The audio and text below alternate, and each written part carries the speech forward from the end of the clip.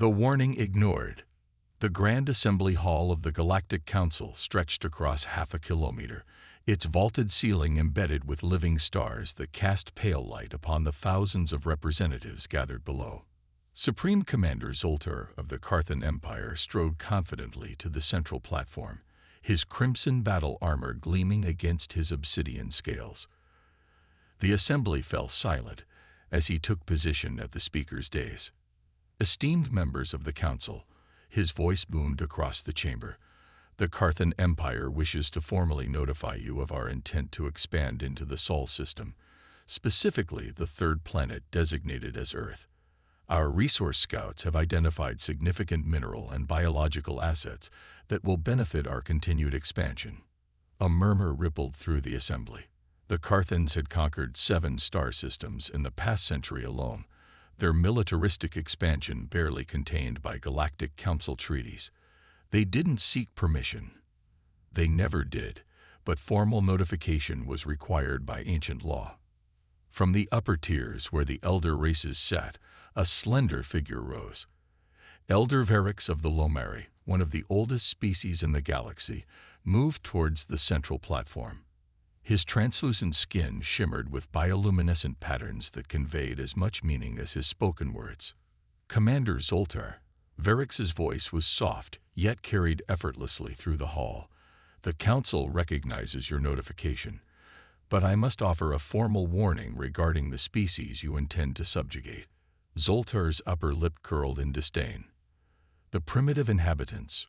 Our probes indicate they have primitive spaceflight capabilities, internal combustion vehicles, and projectile weapons. They have not even unified their planetary government.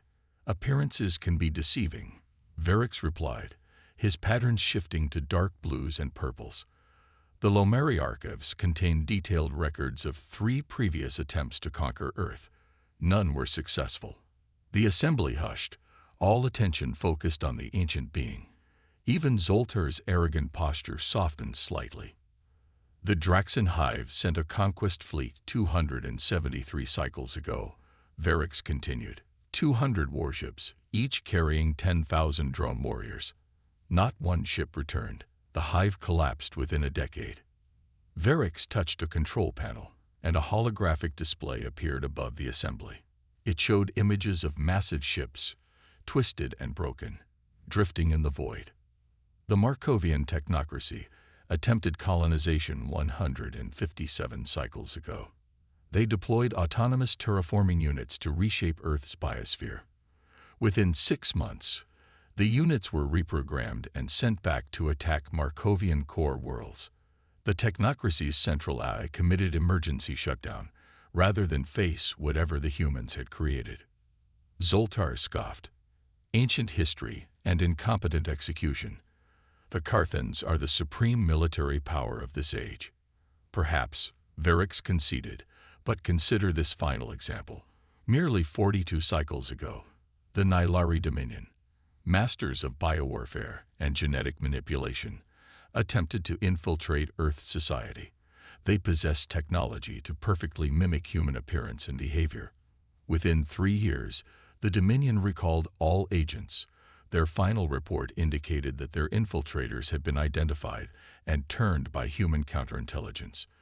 The Dominion quarantined their own returning agents rather than risk whatever changes the humans had made to them. The council chamber grew utterly still. The Nylari were feared throughout the galaxy for their subtlety and ruthlessness. Their retreat from any conquest was unprecedented. The evidence suggests humans possess unique capabilities that become apparent only when they are threatened, Verix concluded. They appear divided until united by external threat. They appear technologically primitive until presented with advanced opposition. They appear weak until proven devastatingly strong. Commander Zoltar's tail lashed against the platform, the only outward sign of his irritation. I appreciate the historical context, Elder Verix, but the Carthan Empire's strategic assessment stands. Earth will be pacified within 1 standard cycle, and its resources will fuel our continued expansion. Verix's bioluminescent patterns dimmed. Then we have fulfilled our obligation to warn you. The Council officially records its objection to this action, though we recognize we cannot prevent it. He turned to address the entire assembly. Let the record show that the Carthan Empire proceeds against explicit warning from the Galactic Council. As Varix returned to his seat, Representative Tuzora of the Atraxian Federation approached Zoltar privately as the assembly dispersed. Commander, while the Atraxian Federation officially maintains neutrality, I must ask, do you truly dismiss Elder Varix's warning so easily? The Lomeri do not give such cautions lightly. Zoltar's inner eyelids nictated slowly, a sign of contemplation among his species. The Lomeri are ancient and wise, but also cautious to the point of stagnation. Stories of human exceptionalism are greatly exaggerated. Our intelligence division has thoroughly studied Earth broadcasts for decades. They fight among themselves constantly. Their nations hoard resources from one another. Their weapons are based on chemical propellants and crude atomic fission. And yet, 3 advanced civilizations failed to conquer them, Tuzora noted. Failed through incompetence or misfortune, not human superiority, Zoltar replied firmly. In 6 rotations, our invasion fleet departs. In 60 rotations, Earth will be a Carthan mining colony. This discussion is concluded. As Commander Zoltar strode from the chamber, Elder Varix watched with ancient eyes that had witnessed the rise and fall of empires. His attendant leaned close. They will not heed the warning. They never do, Varix sighed. We have done what we can. Now we must prepare to welcome yet another humbled species to the Council, assuming the Carthans survive what comes next. 4 weeks later, aboard the Carthan flagship Eternal Dominance, Supreme Commander Zoltar surveyed the tactical display with satisfaction. 60 warships had entered the Sol system, bypassing the primitive detection systems of the humans. The invasion fleet positioned itself in high Earth orbit, weapon systems charging as targeting computers identified key military installations, population centers, and infrastructure nodes. Begin the softening barrage, Zoltar ordered. Standard Conquest protocol. Target their military bases first, then communication hubs, then energy production facilities. Yes, Supreme Commander, responded Fleet Commander Vex, relaying the orders throughout the Armada. Weapons are hot. Firing in 3, 2, 1. The first volley of energy weapons lanced toward Earth's surface, but before they could reach the atmosphere, they dissipated against an invisible barrier. What happened? Zoltar demanded. Unknown, Supreme Commander, Tactical Officer Kren reported, mandibles clicking in confusion. Energy signatures indicate some form of planetary shield. Our intelligence indicated no such defense system. Impossible, Zoltar hissed. Their technology cannot. His words were cut short as the tactical display erupted with new alerts. Hundreds, no, thousands, of small objects were rising from Earth's surface, accelerating toward the Carthan fleet. Analyzing, Kren reported, his voice rising in pitch. They appear to be missiles, but with propulsion technology that doesn't match known human capabilities. Defensive screens at maximum, Vex ordered. Prepare point defense systems. The missiles swarmed toward the Carthan vessels, moving with impossible agility. When the point defense lasers struck them, instead of exploding, they split into multiple smaller projectiles, multiplying the threat. Supreme Commander, Communications Officer Lear interrupted. We're receiving a transmission from Earth. The main view screen activated, showing the human female in a simple gray uniform. Her expression was calm, almost apologetic. Carthan Fleet, this is General Maya Santos of Earth Defense Command. We were informed of your approach by the Galactic Council. We request your immediate withdrawal from Earth orbit. This is your only warning. Zoltar stepped forward, rage building within his chest. This is Supreme Commander Zoltar of the Carthan Empire. Earth is now under Carthan jurisdiction. Surrender your defenses or face. The transmission cut off as the first wave of missiles reached the Carthan fleet. Instead of conventional explosions, they attached to the hulls of the warships and emitted powerful electromagnetic pulses, cascading through the vessel's systems. "We're losing power across the fleet," Vex shouted as the flagship's lights dimmed. 15 vessels completely disabled already. "Impossible," Zoltar whispered, watching as his mighty armada began to drift powerless in Earth orbit. How could they? The second wave wasn't missiles but small craft, appearing from hidden lunar bases that Carthan reconnaissance had somehow missed. They moved with precision, attaching boarding devices to the disabled Carthan vessels. "Sir, we have boarding parties on decks 3 through 17, Security Chief Mulk reported. "They're using technology that can breach our internal bulkheads." Zoltar's mind raced. "Release the ground forces. All invasion pods launch immediately. We'll establish a beachhead while the fleet regroups." "Launching invasion pods," Vex confirmed, as thousands of drop pods ejected from the warships, streaking toward Earth's surface. On the tactical display, Zoltar watched grimly as only about half the pods made it through the atmosphere. The rest were intercepted by Earth's previously hidden defense systems. The Elder's warning. Fleet Commander Vex said quietly beside him. "Perhaps we should have. We adapt and overcome." Zoltar cut him off. "The Carthan Empire has never failed in conquest. This is merely an unexpected challenge." He turned to his command staff. "Divert all remaining power to weapon systems. Target their orbital defenses and prepare for a second wave." As the battle raged across Earth's orbit, the tactical display continued to worsen. Carthan vessels were being disabled one by one, while Earth's defenses remained largely intact. For the first time in his military career, Supreme Commander Zoltar felt something unfamiliar: doubt. "Sir," Communications Officer Lyra called out, "we're receiving another transmission, this time from the Galactic Council." The view screen flickered, revealing Elder Varix's ancient face. "Commander Zoltar, the Council formally requests a cessation of hostilities. We are prepared to mediate a withdrawal agreement that will allow your remaining forces to depart the Sol system without further losses." Zoltar's pride warred with his tactical assessment. Around him, his flagship shuddered as another system failed. The invasion had barely begun, and already his mighty fleet was being systematically disabled by a supposedly primitive species.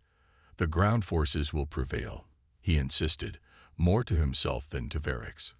"Commander," Varix replied gently, "the ground war has already begun. It is not proceeding as you anticipated." The tactical display shifted to show Earth's surface, where Carthan landing zones were under heavy assault from human forces using weapons and vehicles that hadn't existed in any intelligence report. The Carthan beachheads were collapsing faster than they could be established. Supreme Commander Zoltar stared at the display in disbelief. How had the humans concealed such capabilities? How had the mighty Carthan Intelligence Division failed so completely? "Your response, Commander," Elder Varix prompted. "Will you withdraw your forces, or shall we witness the fall of yet another empire that underestimated humanity?" Humanity unleashed. Colonel Elena Reyes ducked as Carthan plasma fire sizzled overhead, superheating the concrete barrier that provided her squad temporary cover. Around her, the ruins of downtown Seattle smoldered, 6 hours into the alien ground assault. "Status report," she barked into her comm unit. "East Sector holding," came Major Kwan's steady voice. "We've trapped 3 of their Walker units in the financial district. Their armor doesn't handle our new HEMP rounds well." "West Sector under pressure," Lieutenant Rodriguez added, his breathing heavy. "They're using some kind of burrowing units to flank our positions, requesting drone support." Elena checked her tactical display. The holographic overlay on her visor showed friendly forces in blue, hostiles in red. The city was a patchwork, but the pattern was clear. The alien invaders were being contained, their initial landing zones now surrounded by a tightening noose of human resistance. "Central Command, this is Colonel Reyes," she transmitted, requesting Phoenix Protocol authorization for Seattle Zone. General Santos's voice came through clearly. Authorization granted. Colonel. Phoenix assets deploying to your coordinates. Hold position. Elena allowed herself a small smile. All units, defensive posture. Phoenix inbound. Her squad exchanged knowing glances. The Carthan invaders were about to learn why Earth had remained unconquered despite multiple alien invasion attempts throughout human history. 10 kilometers above, a squadron of aircraft unlike anything in public military records detached from their stealth mode. Built from technology reverse-engineered from previous alien incursions, the Phoenix units represented humanity's secret insurance policy. Advanced weaponry kept hidden until absolutely necessary. The Carthan commander on the ground, Sub-Commander Grek, watched in confusion as his forces' advance suddenly stalled. Push forward, he ordered over the tactical net. These primitives cannot withstand Carthan military might. Sir, his second-in-command replied hesitantly, our scouts report unusual energy signatures approaching from altitude. Grek checked his scanner and frowned. Whatever was approaching didn't match any human aircraft his intelligence briefings had covered. Bring airborne defenses online. Nothing they have can penetrate our shields. His confidence evaporated moments later as the Phoenix units opened fire.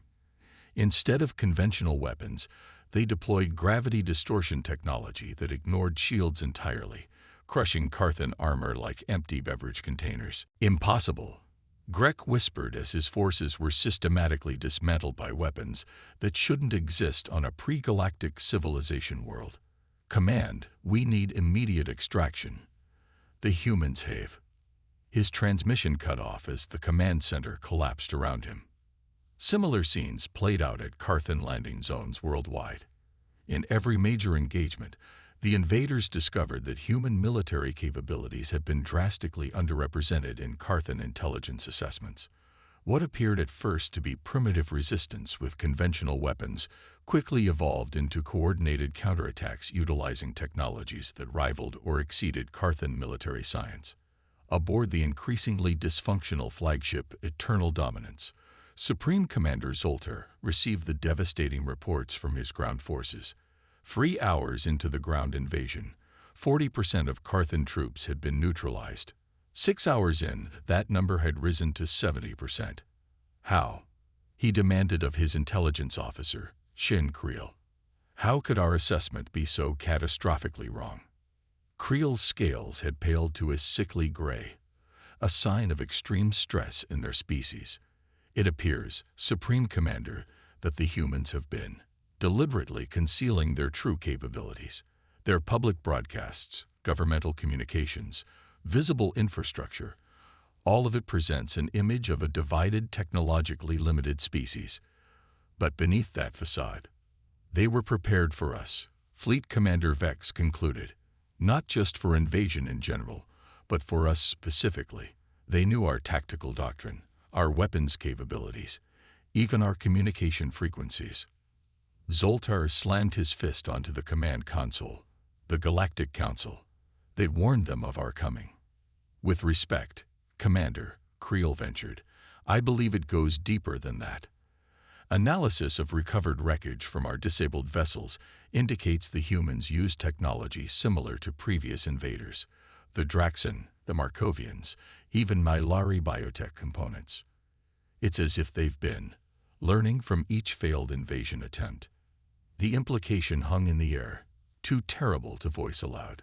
Not only had humans defeated previous invaders, they had reverse-engineered alien technology, integrated it into their defense systems, and kept it hidden from galactic observation. The command deck shuddered as another system failed.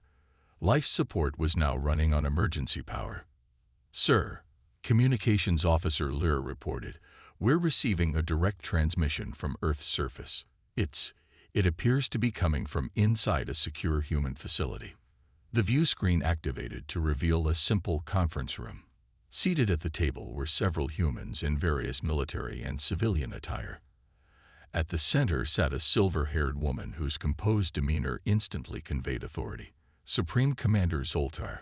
She began without preamble. I am President Chen of the United Earth Defense Council. I'll be direct. Your invasion has failed. Your fleet is disabled. Your ground forces are surrounded. You have two options remaining. Zoltar bristled at her tone but remained silent, aware of his increasingly precarious position. Option 1. Continue fighting. We will be forced to employ more aggressive countermeasures, resulting in the complete destruction of Carthan forces in our system. Option 2. Surrender. Your surviving troops will be treated according to galactic humanitarian conventions and eventually repatriated to Carthan space. The Carthan Empire does not surrender, Zoltar replied automatically, though with less conviction than he would have liked.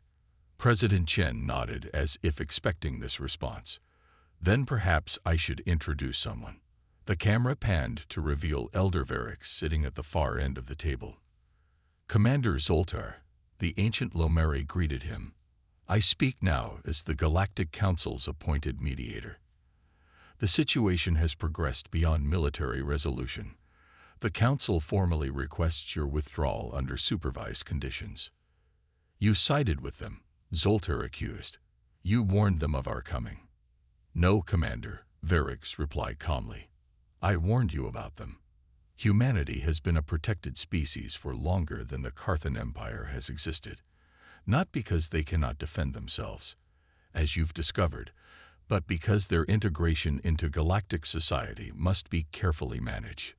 The view screen split to show footage from around Earth, Carthan troops surrendering, vessels being systematically disabled by technology that shouldn't exist, and most disturbingly, humans working alongside members of other alien species that Zoltar recognized from the Galactic Council. Earth has been aware of the galactic community for centuries, President Chen explained.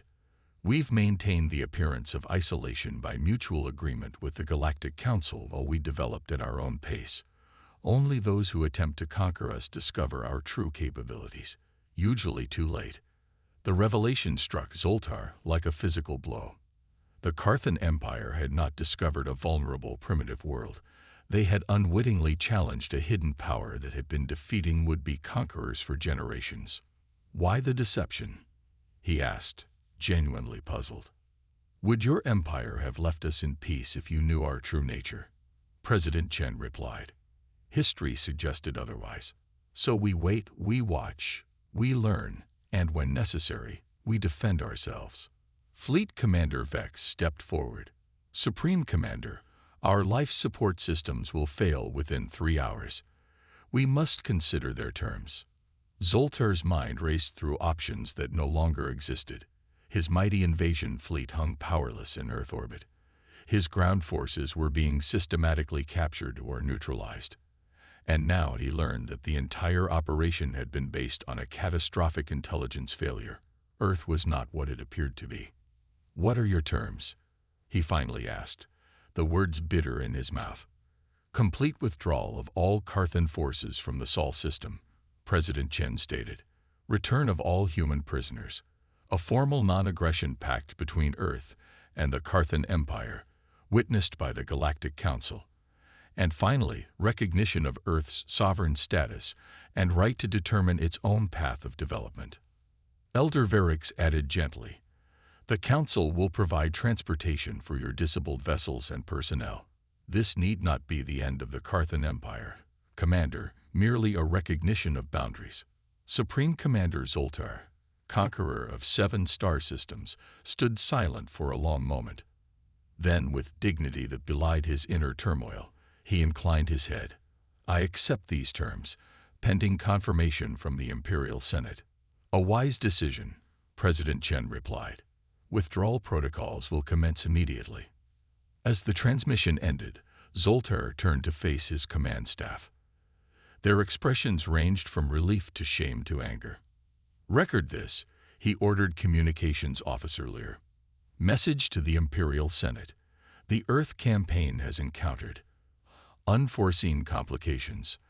I have negotiated terms to preserve our forces and the honor of the Empire. After the recording completed, Fleet Commander Vex approached cautiously. Supreme Commander, what will you tell the Senate about what we found here? Zoltar stared out the viewport at the blue-green planet that had broken his undefeated record.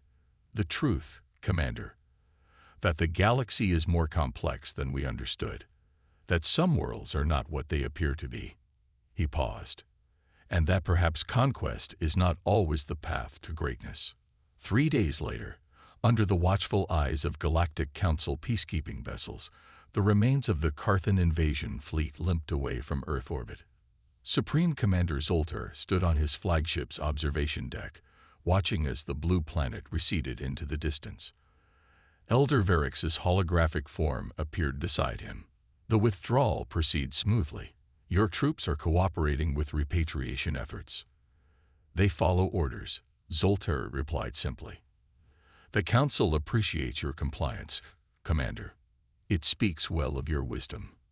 Zoltar turned to face the ancient being. Tell me, Elder, how many others know the truth about Earth?